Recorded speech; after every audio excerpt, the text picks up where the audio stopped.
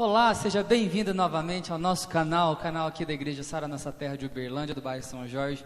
É um prazer enorme receber você aqui mais uma vez, nessa trilha que está chegando ao final. E hoje eu tenho alguém aqui que é da nossa igreja, participa nas nossas células, é da equipe Pela Graça, alguém especial demais para nós e para Deus, e o nome dela é Jéssica. Boa noite, Boa bom noite. dia, boa tarde.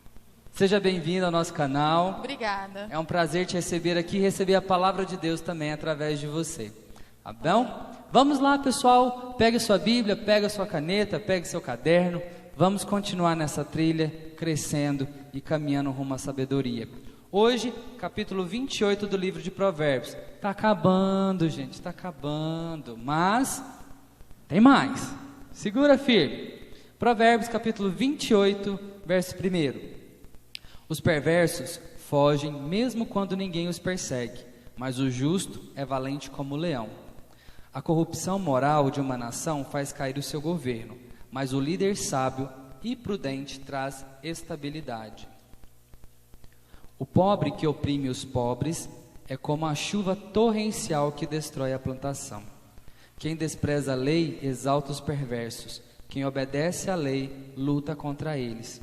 Os que praticam o mal não compreendem a justiça, mas os que buscam ao Senhor e atendem plenamente.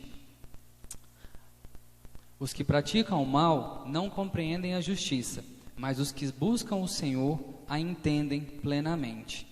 É melhor ser pobre e honesto que ser rico e desonesto. O filho que obedece à lei demonstra prudência. Aquele que anda com libertinos envergonha o seu pai. O lucro obtido da cobrança de juros altos terminará no bolso de alguém que trata os pobres com bondade. As orações de quem se recusa a ouvir a lei são detestáveis para o Senhor. Quem leva o justo para o mau caminho cairá na própria armadilha, mas os íntegros herdarão o bem. Jéssica, a gente vai fazer uma pausa aqui. A gente vai comentar alguma coisa aqui nesses primeiros 10 versículos. E eu queria que você analisasse comigo o primeiro verso, que ele fala que quando os perversos fogem mesmo quando ninguém os persegue, mas o justo é valente como um leão. Você já viu, vamos lembrar de Adão e Eva, quando eles estavam no jardim do Éden e eles comem o fruto e Deus vem visitar, o que eles fazem? Se escondem de vergonha. De vergonha de Deus. Então o perverso, aquele que peca, aquele que vive de forma desonesta, foge, mesmo quando não tem ninguém os perseguindo. Deus estava perseguindo eles? Não. Não, Deus foi visitá-los. Então muitas vezes quando nós pecamos e tentamos encobrir o nosso pecado, tentamos encobrir o nosso erro, nós ficamos à mercê da nossa consciência. É como lá no final... Mas lá no final do capítulo tem um verso que a gente vai chegar nele que fala também sobre isso, e eu vou retratar isso quando a gente chegar lá. Mas o importante aqui é frisar que nada paga a nossa consciência limpa. É tão bom deitar e pôr a cabeça no travesseiro e ter paz, ter tranquilidade. Então não deixe que nenhum pecado, não deixe que nenhum erro, nenhuma mentira roube de você a paz, a tranquilidade e a serenidade da sua vida. E ele fala que o justo é valente como um leão. Já foi acusado de alguma coisa que você não fez? Algumas vezes. Já, e você ficou como? A gente fica chateada, né? A gente acha ruim. Mas a gente tem o domínio da situação. Não fui eu. Isso, a gente tem argumento para se defender. Agora, quando você faz alguma coisa errada, sua cabeça, sua mente já está voltada para aquilo, para o errado. Não tem argumento para se defender. Exato, e a gente fica dessa forma. Por isso, precisamos buscar em Deus essa consciência. Vamos caminhar mais um pouquinho, Jéssica? Vamos lá. Verso 11. O rico pode se considerar sábio, mas não engana o pobre que tem discernimento. Quando os justos são bem-sucedidos, todos se alegram. Quando os perversos assumem o poder, as pessoas se escondem. Quem oculta seus pecados não prospera. Quem os confessa e os abandona recebe misericórdia. Quem teme fazer o mal é feliz, mas quem endurece o coração cai em desgraça. O governante perverso é tão perigoso para os pobres quanto o leão que ruge ou o urso que ataca. O governante que não tem entendimento oprime seu povo, mas o que odeia a corrupção tem vida longa. A consciência atormentada do assassino levará à sepultura. Ninguém tente detê-lo. O íntegro será salvo do perigo, mas o perverso será destruído repentinamente. Quem trabalha com dedicação tem fartura de alimento, mas quem corre atrás de fantasias acaba na miséria. A pessoa fiel obterá recompensa, mas o que deseja enriquecer depressa se meterá em apuros. Uma outra pausa, Jéssica, e a gente vai comentar. Eu falei do verso 1, que tinha um outro verso mais para frente que estava ligado, é o verso 13. Quem oculta seus pecados não prospera. Assim como aquele que traz lá no verso 1, o perverso foge mesmo quando ninguém o persegue, aquele que esconde os seus erros, ele também fica atormentado. Você tem mais alguma coisa para falar desse versículo? O versículo 13 fala que não adianta fazer nada escondido do pai, da mãe, do esposo, de algum conhecido, de amigo, que você deve lealdade a Deus. E Deus, e dele não adianta, não tem como esconder nada, né? Você tem que ser leal a ele, leal a quem está do seu lado, leal ao pai, à mãe, à esposa. Lealdade é uma palavra muito importante, que traz muito nesse capítulo a respeito disso. E aqui ele está falando que quando você oculta, você não prospera. Tem um versículo, se eu não me engano, em Salmos, que Davi está falando que enquanto ele calou os pecados dele, ele envelheceu os seus ossos, ele passou, ele sofreu, ele teve consequências.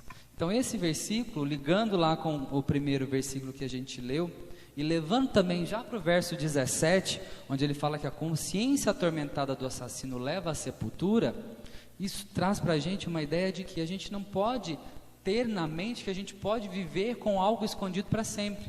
A gente tem que entender que nós somos ligados com Deus, e que de Deus a gente não esconde nada. Já tentou esconder alguma coisa de Deus, Jéssica? Nem tento. Não tem nem como. A gente pode tentar esconder as coisas dos nossos líderes, dos nossos pais, das pessoas que estão à nossa volta, mas de Deus a gente não esconde nada. Então nós precisamos confessar os nossos erros diante de Deus, que é o que ele fala. Quem confessa e abandona recebe misericórdia. O perdão de Jesus está sobre nós o tempo todo, para que a gente possa viver uma vida de santidade, para que a gente possa viver uma vida melhor. E ele continua aí no verso 14 falando que o que teme fazer o mal é feliz. Quando a gente tem medo de praticar o mal, quando a gente tem medo de... Você tem medo de fazer alguma coisa ruim, Jéssica? Tenho. Você tem medo de fazer o quê? Tenho medo de prejudicar o próximo. Meu maior medo é isso, de prejudicar alguém. Então, quanto mais a gente tem esse medo que esse versículo está trazendo, teme fazer o mal, nós estamos nos cercando para que de alguma forma a gente não possa fazer nada de errado e prejudicar outras pessoas e a nós mesmos. E ele fala que quem teme fazer o mal é feliz, porque você busca a felicidade do outro e se alegra, é feliz com que o outro também seja feliz. E aí mais para frente a gente tem o verso 19, Jéssica, que fala: quem trabalha com dedicação tem fartura de alimento. Eu costumo brincar em alguns vídeos que quase todos os provérbios aqui ele está falando sobre preguiça. E aí quando a palavra preguiça não aparece em algum deles, a palavra trabalho aparece. É isso mesmo, Cleiton. Ainda mais agora na pandemia, né, que a gente está com um tempo ocioso, tem muita gente trabalhando em casa, então... tira, igual eu estou em casa, tira aquele tempo do ônibus, do acordar cedo, pegar ônibus, chegar no trabalho, parar o trabalho, pegar o ônibus, chegar em casa, já economiza ali 1 hora e meia de ônibus. A gente utilizar esse tempo para estudar, para ler a Bíblia, para conversar, ter mais tempo com os filhos, no caso, para quem está fazendo o IV, igual eu estou fazendo, estudar, fazer os exercícios, para a gente fazer algo para edificar, né, a vida, a gente crescer em Cristo e também pessoalmente, com pessoas em volta, família, para quem é casado, filhos. Isso mesmo, trabalhar, arregaçar a manga, sair da zona de conforto para que você conquiste algo. Isso. E ele continua falando, mas o que corre atrás de fantasia, para de sonhar com coisas mirabolantes, você ganhar R$1 milhão assim do nada... Tenha metas, tenha objetivos, trace o que você precisa fazer. Tem uma planilha aí na sua vida do que você tem que fazer no dia, do que você tem que fazer na semana, para que você tenha metas alcançáveis, para que você tenha onde ter referência do que eu preciso fazer para conquistar. E aí sim você vai conseguir, trabalhando duro, ter fartura e ter alimento. E é como ele fala no verso 22, o ganancioso tenta enriquecer depressa, mas não percebe que caminha para a pobreza.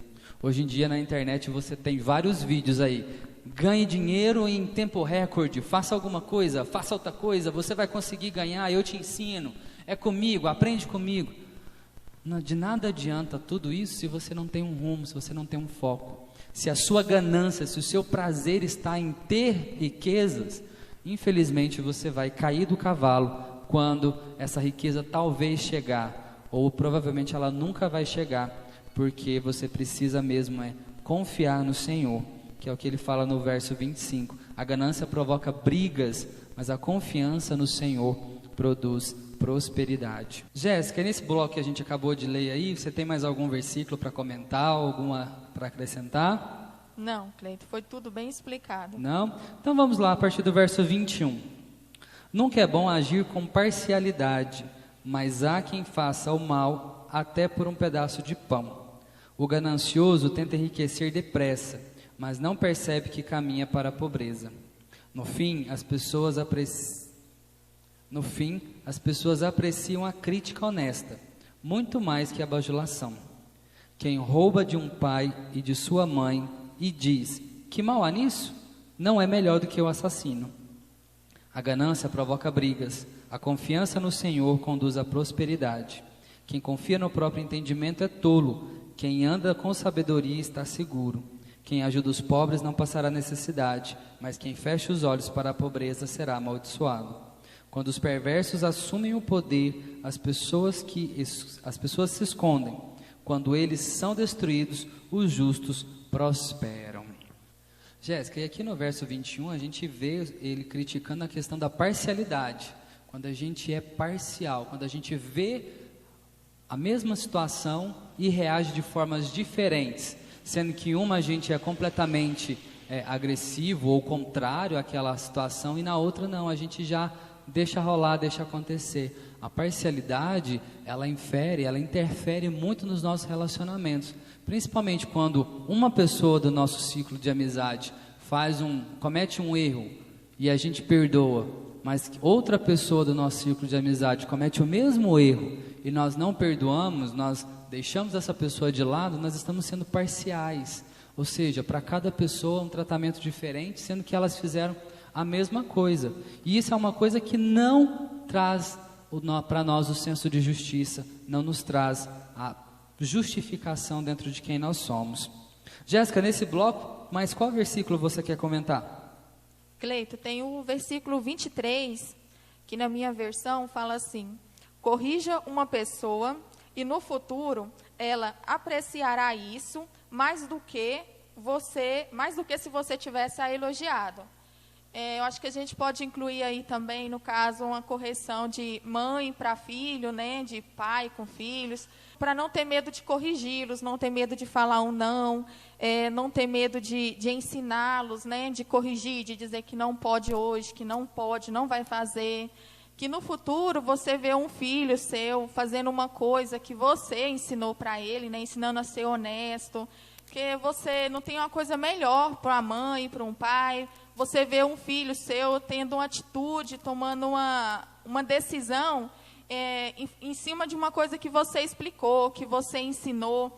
Isso é bom para você se sente realizado, e bom para eles também, né? Que você conseguiu fazer uma pessoa melhor, né? Que no caso seu filho e os futuros netos. E ele conclui aí ainda falando sobre a bajulação, né? Sobre o filho mimado, bajular, mimar. E esse versículo a gente também pode levar para outro âmbito, para as pessoas que estão à nossa volta. Muitas vezes é melhor você corrigir alguém do que você bajular essa pessoa. Talvez naquele momento você pode perder aquela pessoa por um instante, mas ela vai fazer o que está acontecendo aqui, ela vai agradecer muito mais, ela vai apreciar muito mais, assim como a criança. que ela é corrigida na hora certa, quando ela cresce, ela entende, não, realmente eu precisei, essa correção me fez bem. Isso. Também vale para o amigo, né, Cleiton? Exato. Às vezes te pede um conselho e você fica, será que eu falo? Será que eu não falo? Tem que falar sim. Tem que falar para ele que às vezes ele está dentro da situação, ele não consegue ver, não consegue ter uma imagem, né, do que você tem. Então, às vezes pode doer, às vezes ele vai achar ruim, por um tempo pode até deixar de falar com você, né, porque não está satisfeito, mas isso vai ser bom para ele, vai ser bom para você, porque você vai sentir que você ajudou uma pessoa realmente, que você falou o que ela deveria ouvir e o que ela precisaria, no caso, até fazer, né? Exato. E terminando aqui esse provérbio, ele traz aqui algumas repetições, traz a questão de honrar os pais, pai e mãe, honrar as pessoas que têm autoridade sobre as nossas vidas. Ele traz ainda sobre a sabedoria, que nós precisamos nos pautar pela sabedoria, buscar a sabedoria e deixar de lado as tolices. Quando ele fala no verso 26, quem confia no próprio entendimento é tolo, mas quem anda com sabedoria está seguro. Que nós possamos verdadeiramente buscar essa segurança. Ele vai falar sobre os perversos, quando os perversos dominam. Todo povo passa por períodos ruins. Quando os perversos dominam, tudo acaba. Mas que quando eles vão embora, os justos, eles crescem. Quando não existe perversidade, quando o mal está fora, existe o crescimento. E eu quero já caminhar para o final, deixando com você o verso 25. A ganância provoca brigas. A confiança no Senhor conduz à prosperidade. Confie no Senhor.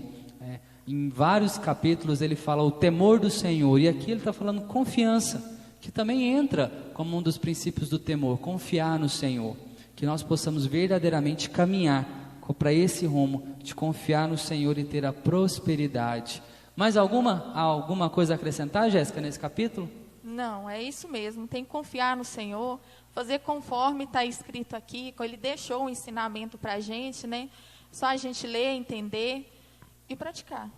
E é isso, nós ficamos por aqui incentivando você a confiar no Senhor, para que Ele possa fazer você prosperar, não só financeiramente, mas em saúde, em sabedoria, em entendimento, em coisas muito boas que o Senhor tem para nós e com certeza Ele vai fazer com você. Deixa um convite para essa galera. O convite é a todos, Cleiton, entrar no canal da Sara Nossa Terra São Jorge no YouTube, curtir, compartilhar, comentar.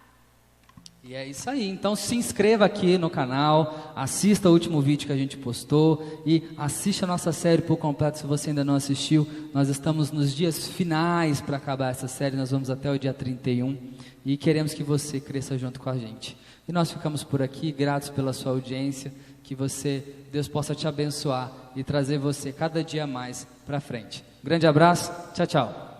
Tchau, tchau.